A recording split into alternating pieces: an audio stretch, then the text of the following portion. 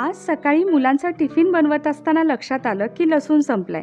गेले 2-3 दिवस झाले विचार करते की मार्केटला गेल्यानंतर आपल्याला लसूण घेऊन यायचंय. पण मी बाकी सगळ्या गोष्टी आणते, लसूण मात्र विसरून जाते.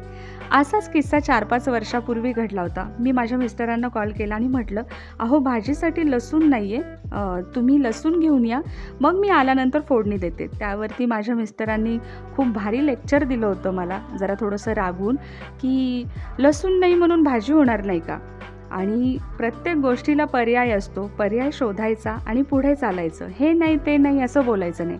त्यावेळी थोडासा मला राग आला होता, की हे मला असं बोलतात. पण खरंच त्या गोष्टी मला आत्तासुद्धा कामी येतात, की काही नाही म्हणून बसायचं नाही लाईफमध्ये.